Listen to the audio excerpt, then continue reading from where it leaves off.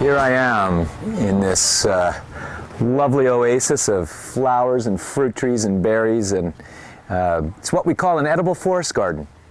And this is on my neighbor's yard, Dawn, but we share this, and Dawn's been good enough to let me use the land to develop this forest garden. And the amazing thing is that just 2 years ago, right where I'm sitting was lawn, and in 2 years we've converted it to this incredibly diverse, very, very productive little ecosystem here, which is patterned after how a forest works. So now it's very young. We've got lots of open spaces at the lower levels here. The trees are still quite young, that is. And in time, all of the fruit trees in this forest garden system will grow up, and we'll have less open space below. It's really a very unique way to create a food productive system, which is also very, very beneficial to other species. You can see as I'm sitting here that there are a tremendous number of bumblebees and native bees and wasps buzzing in here, all kinds of other beneficial insects. And the way that a forest garden is designed is that we take our cues from how a natural forest system works.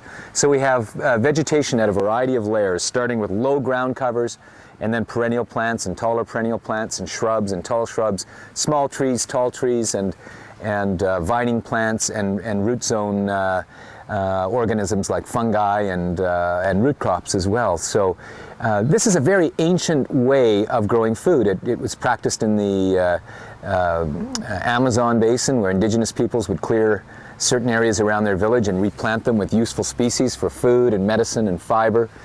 And also in Southeast Asia for hundreds of years, the people of Sri Lanka and parts of India have gardened this way. It's largely a perennial system, so we're focusing primarily on species that come back every year, although we also have some self-seeding annual species in here. So this forest garden here, right in this urban area, is about 30 feet wide by about 50 feet long. So it's about 1,500 square feet. And in it we have an incredible diversity of plant species, which are all doing different things. Some species are here for soil building purposes, some are here to attract beneficial insects, some are here particularly as a food crop, others as medicinal plants. So it's an intelligent arrangement of all of these in a system that makes sense ecologically speaking. In other words, it all fits together and works together so that different plant species support the other species here.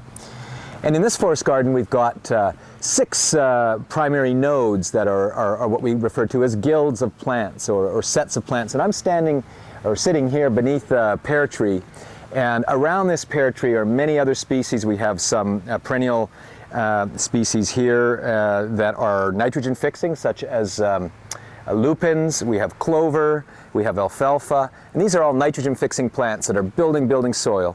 And then we have lots of bee balm right now, which is in bloom. We've got a lot of giant hyssop behind me here, which is just packed with bees right now. There are edible species like sorrel and bloody dock, which are edible greens, perennials. And then we have a number of berry bushes around me. There are some sour cherry shrubs. There are honeyberries, or haskaps as they're referred to, some currants, some self-seeding plants like borage and dill, ground covers like wild strawberry and creeping thyme. All together in this entire forest garden, we've got over 80, 90 different species of plants here. And the harvest is incredible in terms of the amount that's available to us. Right here in front of me is something called garden hyssop, which is a very aromatic species which gives off a strong smell and confuses pests if they're looking for a particular fruit maggot that might be looking for the pears. So they're all here for a particular reason. And this we established from lawn by doing something called sheet mulching initially, just layering up cardboard and newspaper with compost and leaves and grass clippings, and quickly built the level of organic matter in the soil.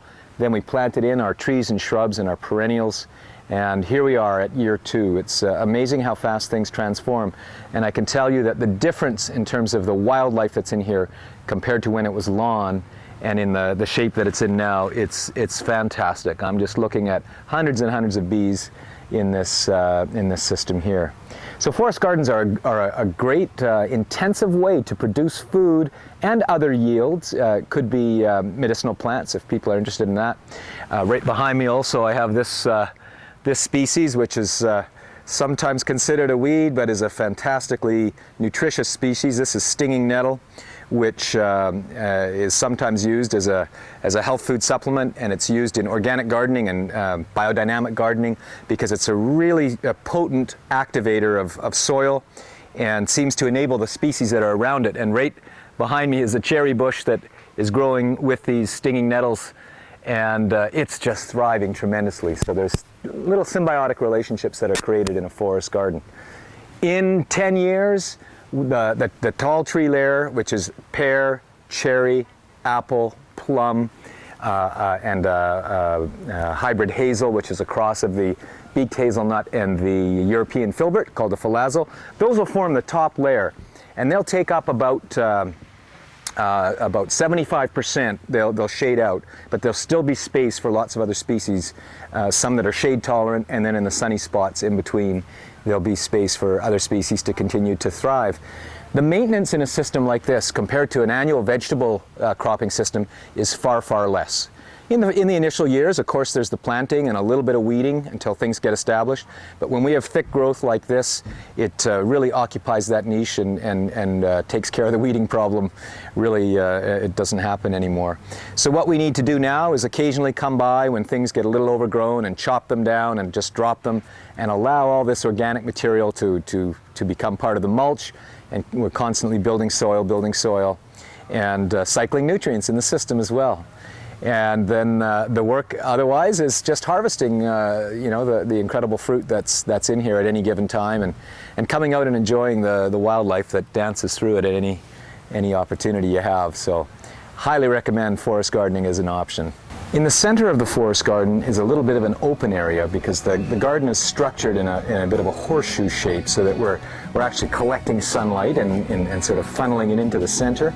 And in the center we have two horseshoe-shaped beds here, semicircular beds that are for annual vegetables. So we've got tomatoes and corn and dill and cabbages and lettuces and chard, all growing in the center here. And they'll continue to thrive for a number of years until the canopy of the forest develops and starts to fill in and shade in a little bit more. So forest gardens evolve over time and they change over time. So we think about them when we design it, we're designing in space, but we're also designing in time.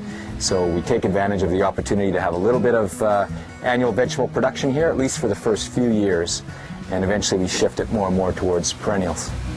It's me, I'm changing. It's true, I'm getting older. You can tell by the way I'm looking back over my shoulder. And if there's just one thing I wanna see before I